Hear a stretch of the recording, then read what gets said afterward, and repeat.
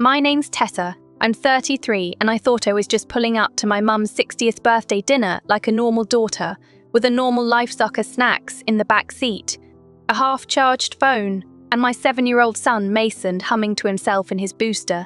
The second I stepped into the restaurant lobby, my Aunt Cheryl looked me up and down in front of everyone and said, loud enough for the hostess to hear, "Well, look who finally decided to show. Try not to start drama tonight, okay?" And nobody laughed. Nobody defended me. They just did that thing where they stare at their menus like the print suddenly got real interesting. I smiled like I didn't hear it, because I've learned if you react, they call you sensitive. If you don't, they call you guilty. Mason stayed glued to my side, small hand locked around my fingers like he could feel the air change. My mum, Diane, stood by the private room entrance in a new blue dress, taking compliments like she was on a red carpet. She gave me a quick cheek kiss that didn't land. "You made it," she said, eyes already sliding past me. "Put the gift on the table." I handed it over and didn't say anything about Cheryl. Not yet. I watched the room instead. 40-ish people, family friends, a couple of my mum's co-workers, and at the centre of it all, my stepdad, Ron, holding court, acting like the king of Olive Garden. Ron saw me and did this tight smile like it physically pained him.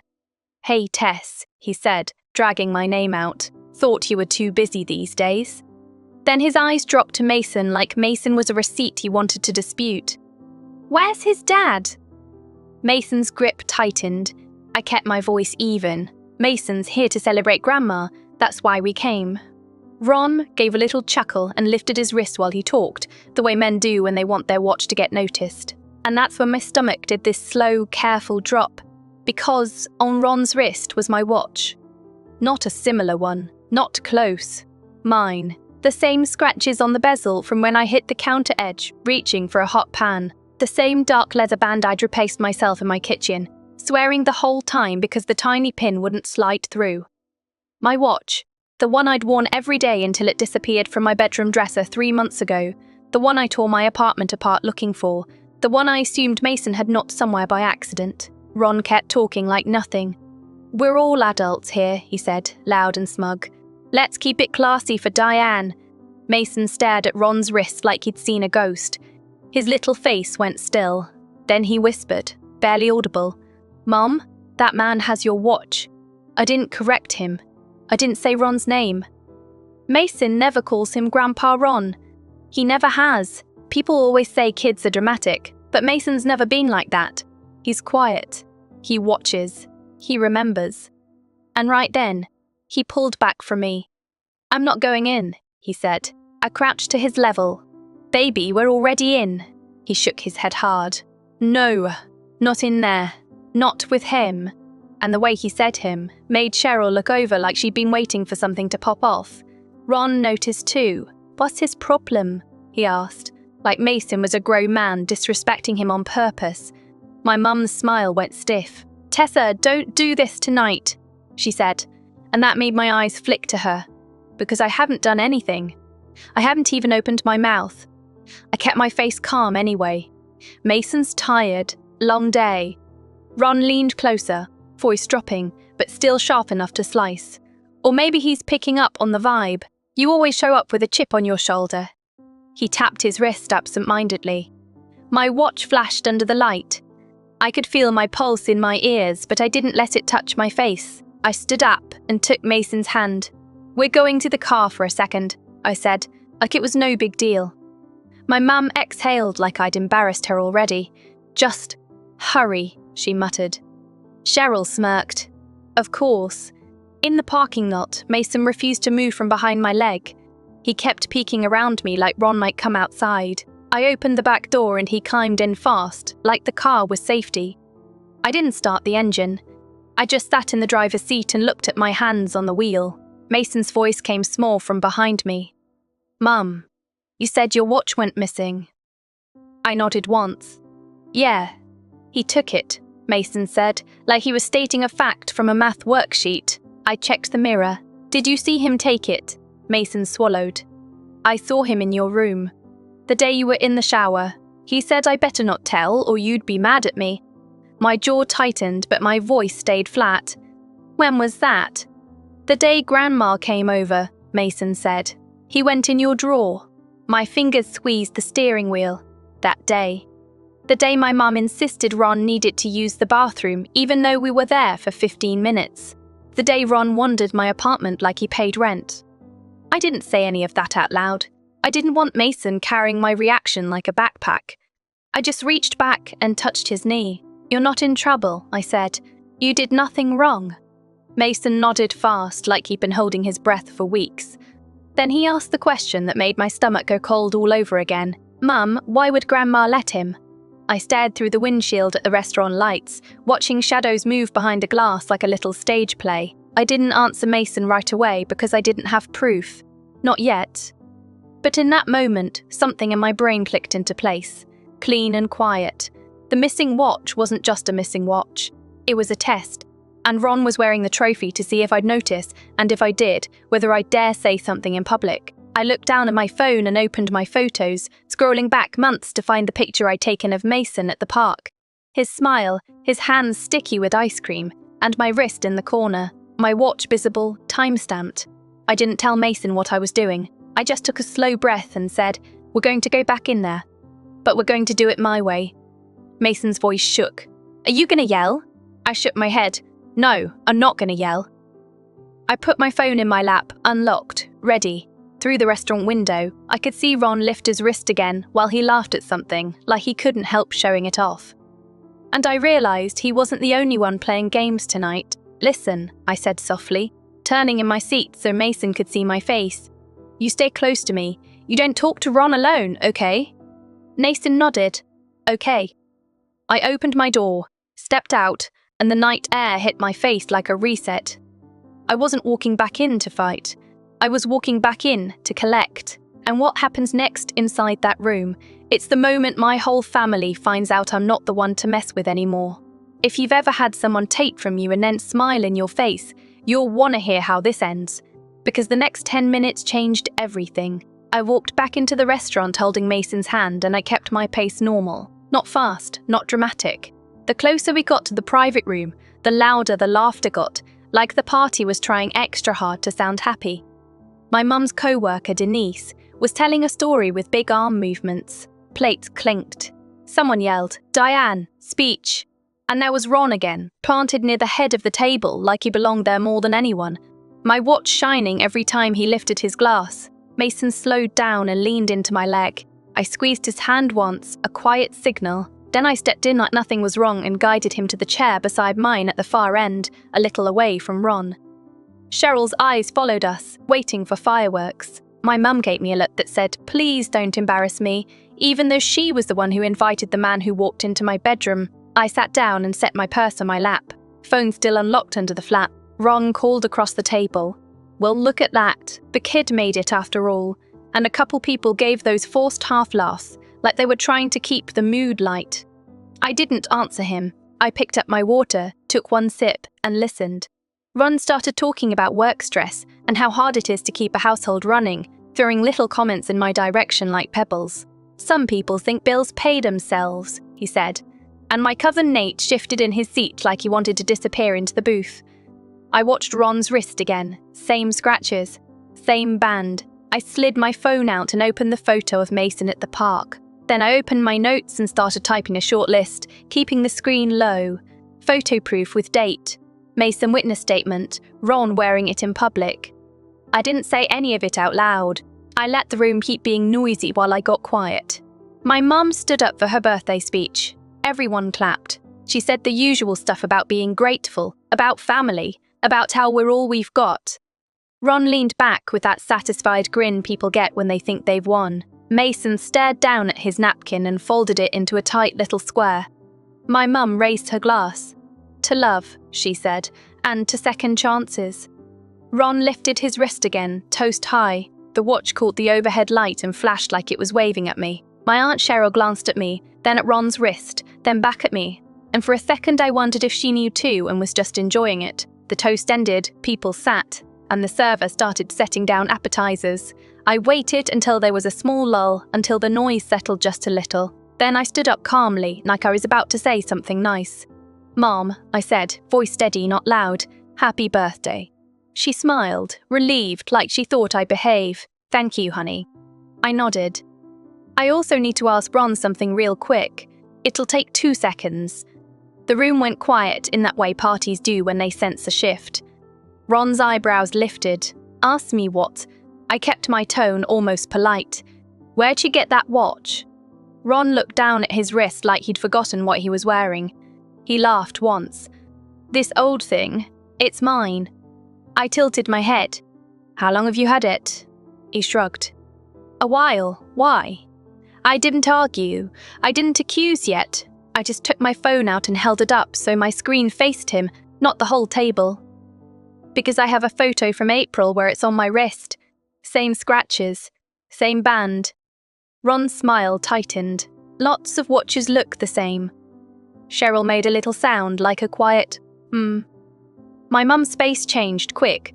"Tessa," she said under her breath, warning tone. I looked at my mum briefly, then back to Ron. "Okay," I said, still calm. "Then you won't mind taking it off so I can check the engraving on the back?" Ron blinked. "Engraving?" I nodded once. "Yeah, my dad gave it to me. He had my initials put on it." That part was true.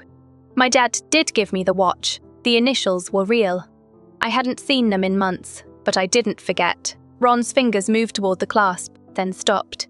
He laughed again, louder this time, like volume could replace confidence. "This is crazy. We're at Diane's birthday. You want to do this now?" I kept my voice the same. "It'll take 5 seconds. If it's yours, no big deal." Somebody at the far end coughed. Denise stared at her plate. Nate's eyes went wide, then dropped. My mum sat down slowly, like her knees got weak. Ron leaned toward me across the table, voice dropping into that sharp, mean whisper that's still somehow heard by everyone. "You're always looking for a reason to make me the bad guy." I didn't react to that. I just waited, ham still, phone in one palm. The room felt like it was holding its breath. Ron looked around and realized no one was stepping in to save him. Not even my mum. Not yet. He unclasped the watch with stiff fingers and held it out like it offended him. "Fine. Here. Happy." I took it carefully and flipped it over. My initials were right there. Simple. Clean. Mine. I didn't smile.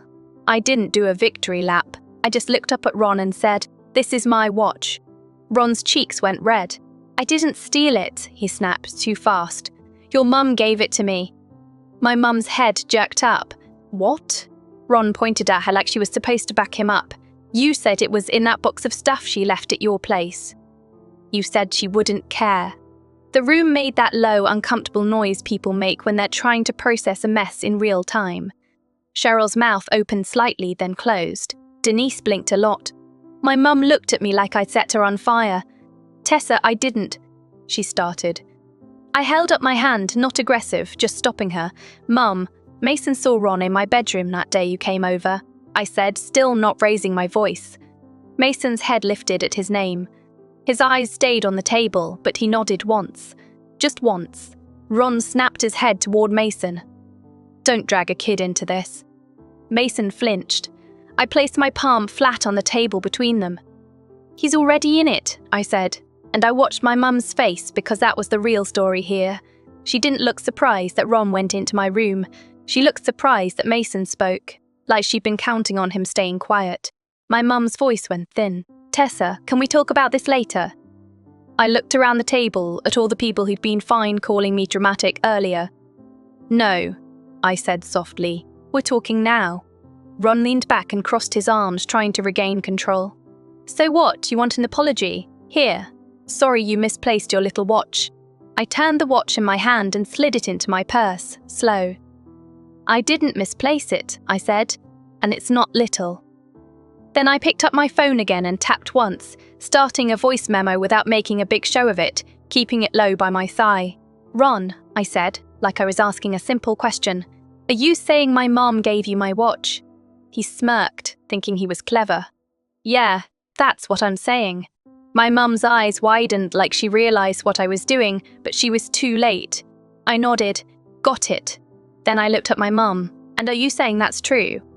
My mom's lips parted and she hesitated. That hesitation was loud. She finally said, I didn't think it was a big deal. The whole table froze. Mason's chair scraped a little as he sat back. Cheryl's eyes lit up like she'd just been handed front row seats. Ron's smirk came back because now he thought my mum had chosen him. I stood there a moment longer, letting the silence do the work. Then I said, okay, just that. Okay. And in my head, my plan clicked into place, neat as a checklist, because the watch was only the easiest thing to prove. Ron didn't just take my property, he'd been taking other things too. Mail, documents, information. I'd had weird stuff happen for months and brushed it off because I didn't want to be paranoid. Now I didn't need paranoid. I needed paper trails. I picked up my purse. Mason and I are leaving, I said. My mum shot up. You can't leave. People are here for me. I nodded like I understood. They'll still be here. Ron scoffed. Run away, Tess. That's what you do. I looked at him one last time. No, I said. This time, I'm walking away on purpose. Mason slid off the booth and came to my side without me asking. We walked out with everyone staring, the kind of staring that follows you out like a shadow. In the car, Mason buckled himself and whispered, Are we in trouble? I started the engine. Not you, I said. Me either. I pulled out of the lot and drove straight home, not to cool off, not to cry, but to open a folder I hadn't touched in years. Because my dad didn't just leave me a watch, he left me paperwork, and Ron had no idea what was about to be exposed once I made one phone call on Monday morning. I got Mason into bed that night like it was any other Sunday. Same bath, same story, same nightlight shaped like a little moon. When he asked, Ron's not coming to our house, right? I just said, no, and kissed his forehead. Then I waited until the apartment was quiet enough that I could hear my fridge hum. I pulled a dusty accordion file from the top shelf of my closet. It was labelled dead in my handwriting, from back when I still believed labels could keep things safe. Inside were copies of my birth certificate, my dad's old insurance papers, a small stack of legal-looking documents, and one envelope I hadn't opened because I didn't want to think about him being gone. I set it all on my kitchen table next to my laptop and the watch sitting like evidence. I didn't pace. I didn't spiral. I just started checking things, one by one, like I was balancing a budget. First, I listened to the voice memo from the party. Clear as day, me asking, Ron saying my mum gave it to him, my mum saying it wasn't a big deal. I saved it to 2 places. Then I opened my bank app and scanned my recent activity again. The weird little charges I noticed months ago but never fought because they were small. A streaming service I didn't have. A storage unit fee. A $49.99 processing charge from some company I'd never heard of. I searched my email for the company name. Nothing. Then I remembered the missing mail. My tax refund letter never showed up. My replacement credit card came 2 weeks late. I'd blamed the post office. I shouldn't have. I went to my junk drawer and grabbed my lease folder. My landlord had emailed me a copy, but I also kept paper. That's when I saw it. A change of address confirmation slip tucked behind my lease, like someone hid it in a hurry. My name. My old address. And a forwarding address I didn't recognize. A P.O. box across town. My hands didn't shake. My face didn't change. I just took a photo of it and set it next to the watch. Then I logged into USPS online, reset my password, and checked my account settings. There it was, a forwarding order filed 3 months ago, same week my watch went missing. Filed in person. I clicked to request the verification details, then took screenshots of everything. My stomach stayed flat, like it was bracing for impact. I thought about Ron's line at the table, the one about households and bills. He wasn't just running his mouth, he was telling on himself. Monday morning, I dropped Mason off at school and drove straight to a small law office my coworker had recommended. One of those places in a strip mall with the name in plain letters and free coffee that tastes like regret. The attorney, Ms. Alvarez, looked like she didn't waste words. I laid the watch on her desk, then my phone, then the photos, then the screenshot of the forwarding order. I said, my stepdad took my property and I think he's been intercepting my mail. She didn't gasp. She didn't do that TV lawyer face. She just nodded and asked, do you want him to stop, or do you want him accountable? I paused long enough to make it honest. Accountable, I said. She asked about my mum. I said she helped, or she looked away. I'm not sure which is worse. Ms. Alvarez told me not to contact Ron myself. She helped me draft a short, clean email to USPS to dispute the forwarding order and start an investigation. Then she told me to file a police report for the stolen watch and mail tampering, even if it felt uncomfortable, because discomfort doesn't fix paper trails. After that, I drove to the police station with the watch in my purse, like it weighed more than it should. The officer at the desk listened while I explained. I kept it simple. My watch was taken from my home. My son saw him in my bedroom. He wore it in public yesterday. I have my initials engraved and a recording where he says my mum gave it to him. The officer asked for the recording. I played it. He raised his eyebrows just slightly at my mum's line. He asked if I wanted to press charges. I said, yes, calm, clear. Mason didn't need a mum who lets things slide. On the way home, my phone started buzzing. Mum, Cheryl, Ron. Then a text from Ron. You really called the cops over a watch. You're pathetic. Another from Mum, please stop. You're going to ruin my marriage. I didn't answer. I forwarded everything to Ms. Alvarez. That afternoon, the real payoff started rolling in. Not loud, not flashy, just undeniable. USPS called me back first. The representative confirmed the forwarding order was active and said the identity verification wasn't standard for an in-person request unless someone presented ID that matched. I said, it didn't match. She opened a case.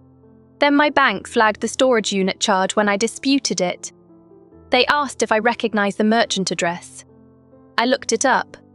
Same street as the PO, box. I sat in my car outside Mason's school, staring at that search result, and I made one more call. I called the storage facility. I didn't pretend to be anyone I wasn't. I said, I believe an account is being paid using my information. I'm disputing charges. I need the account holder name for my report.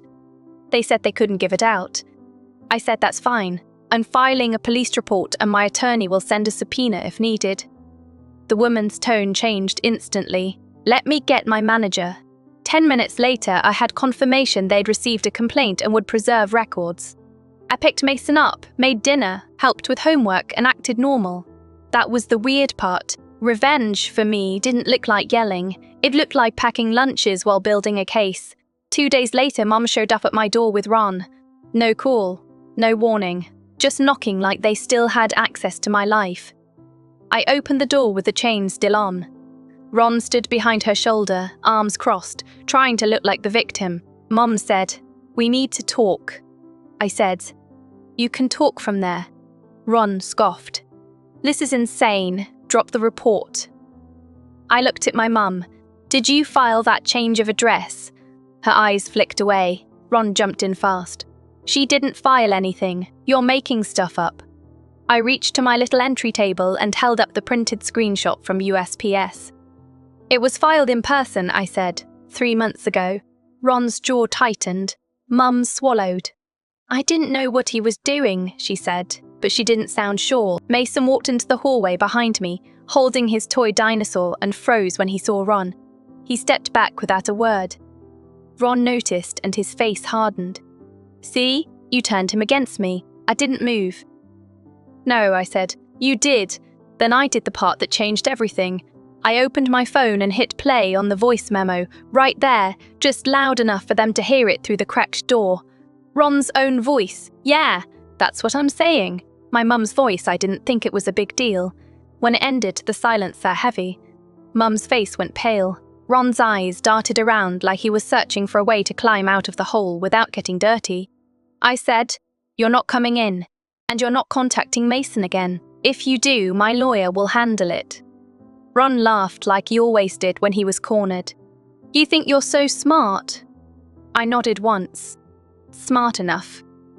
Then I closed the door, slid the chain off, and locked it like I was sealing a decision. The next week was the climax, and it happened in the most public way possible, at my mum's church luncheon, the place where she cared most about appearances. An officer met Ron in the parking lot. I wasn't there to gloat. Miss Alvarez told me not to be, but Cheryl was there, and Cheryl called me after, practically breathless. Tessa, she said. They walked him out right in front of everybody. I pictured Ron's face, that smug confidence finally replaced by real consequence. Cheryl kept talking. Your mom was crying. Like loud crying. I didn't comment. I just listened and let the truth do what it does when it finally has daylight. Over the next month, the storage unit records came back. The PO box was in Ron's name, the forwarded mail included my tax documents, and a credit offer that had been opened. The bank reversed the charges, and the police added it to the report. My mum tried to call, tried to explain, tried to rewrite the story like she always did. But this time I didn't argue the past. I set boundaries for the future. Visits with Mason only at my place, only without Ron, only after she acknowledged what happened, without blaming me for reacting to it. She didn't like that. She told family I was punishing her. People believed her at first. Then they saw the report, the screenshots, the facts. The awkward silence that used to follow me at parties moved to her side of the room instead. Months later, Mason wore my watch around the apartment for fun. Oversized on his little wrist and asked, "Is it okay now?" I buckled it back onto my own wrist and said, "Yeah, it's okay now." The real impact wasn't the watch. It was Mason seeing that when someone crosses a line, you don't have to scream to stand up. You just have to be steady, and you have to follow through. And if there's one thing I know now, it's this. People who count on your silence always panic when you finally start keeping receipts.